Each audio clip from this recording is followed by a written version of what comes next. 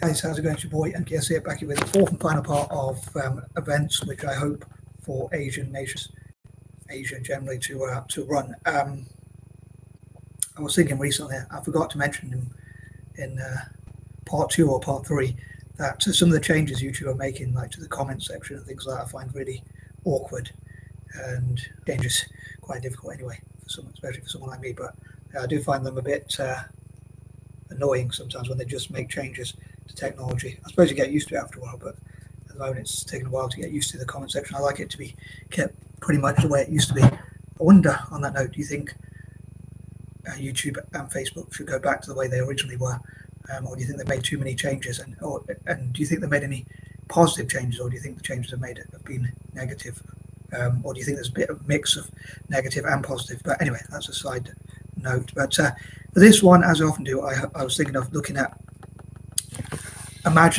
into the future and thinking about what events I hope Asian nations will have started up and continue to do as an ongoing process between each other. I don't know who would run such a group. Maybe they could have members from each Asian nation, representatives from each Asian nation, so it could be trusted by each other. So basically every single nation in Asia, I can't remember how many nations there are in Asia, but each one could have a representative alliance, or whatever it comes to be called, whether it's an Asian network or whatever it could be called. Again, I'd love for people to vote. But I'm putting forward the ideas, and hopefully something will come from those ideas. Some people will think those are great ideas and run with them, or at least be inspired by the ideas. But anyway, I think that covers everything for the intro. Finally got some sugar for my tea, so it's tasting a lot better than it was earlier when I just had honey, but it wasn't tasting so great. Anyway, so here goes. So number 31, for anyone who might have not seen my other videos, sorry for those who have seen my other videos, because I often mention this point just in case newcomers hopefully come along and watch these videos as well. I often do these in 4 parts, so ideas or pointers or thoughts or whatever. Number 1 to 10 is in part 1, 11 to 20 is in part 2, 21 to 30 is in part 3, and obviously this will be 31 to 40. So anyway, at number 31, hopefully in the future, Asian nations will find ways to unite together, including through summits, conferences, and events. So find ways to find common ground, look at what they have in common in spite of their differences, the fact they were colonized, let's say, in many cases, or things like that. Hopefully they'll use those sorts of things, and common goals and interests and whatnot to network together and support each other. And I hope that will benefit Asian individuals and businesses, organizations, projects, and basically mainly the citizens of those countries all together. Number 32, hopefully also they'll learn a lot from each other, and hopefully in the future they will have learned a lot from each other and continue to learn a lot from each other. As I say, hopefully it'll be an ongoing process. Number 33, hopefully they will continue, again, they will learn a lot about libertarianism and continue to learn about libertarianism and discuss amongst each other what freedoms people should have in and around and across Asia, and what freedoms, human rights and whatnot, people should have, as well as animal rights and things like that. Number 34, hopefully they will continue to prevent wars as much as possible. I hope a lot of wars, like potential wars between China and Taiwan, for instance, or even ongoing conflicts between China and India, or even India and Pakistan somehow, I hope can be limited as much as possible, and basically therefore be as close to zero as possible. I know I'm a bit of a dreamer, but I hope they will prevent conflicts, crime, and things like that, and tackle poverty and make things better for each other, and again benefit all their citizens by working together and look at what they can achieve together rather than working against each other. And again, using colonialism, colonial history and that kind of thing to unite together, especially Malaysia, India, Indonesia and Singapore, but Asian nations generally, I hope.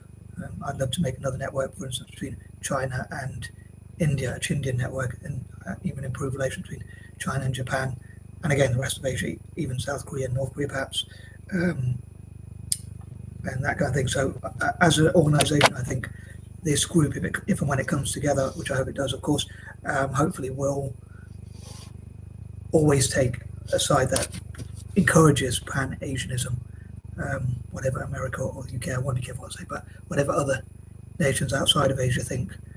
Also, I mean, they should network with those nations, but I think they should still ensure that Asian nations don't get divided by others. Dare I say? Should be careful what I say, I know. But anyway, moving on that note, number 35, I also dream that they will have worked together and start working together as soon as possible.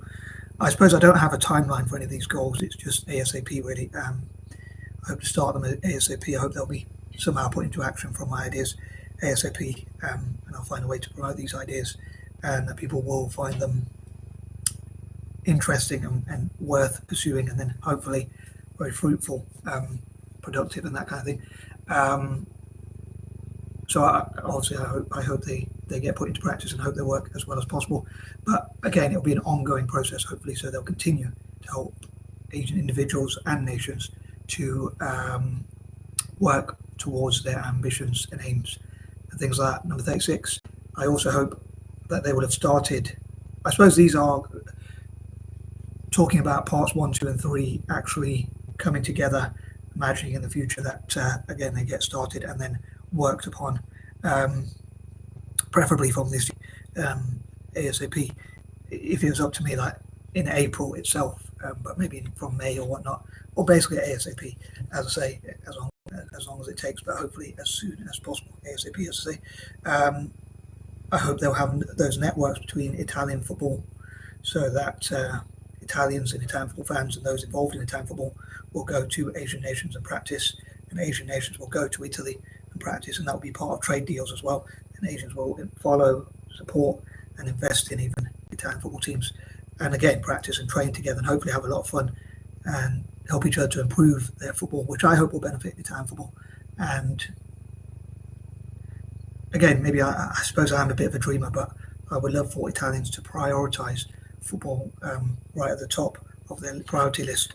So if that's the case, then I suppose they could help Asian nations in terms of investments and in terms of benefiting their economies, and their businesses and projects and whatnot, in return. So Italian football, if it was up to me, basically Italian football would benefit and Asian economies would benefit, including obviously the entrepreneurs, to help towards those goals, and they would invest in Italian football in turn, and again practice together and that kind of thing. Number 37, I also hope obviously that the projects, I'll say basically that I mentioned in parts 1, 2, and 3 will be started off ASAP, as I say, and then continue to be worked on, including partnerships with Celtic. So hopefully Celtic will have academies and sports clubs across Asia as well. And again, they'll what's the word? They'll travel together. So Asians will travel to Celtic Park. Hopefully that'll be pretty cool, and vice versa, including those with neurodiversity in Asia, like hopefully special needs or learning disabled schools, those with neurodiverse conditions like dyslexia, ADHD, autism, and whatnot, and that kind of thing will get to practice their skills and hopefully improve their confidence and have a lot of fun, and hopefully help Italian football to improve its skills, which I'd love to see Italian football become more attacking and that kind of thing, and also, as I say, Celtic in this case as well.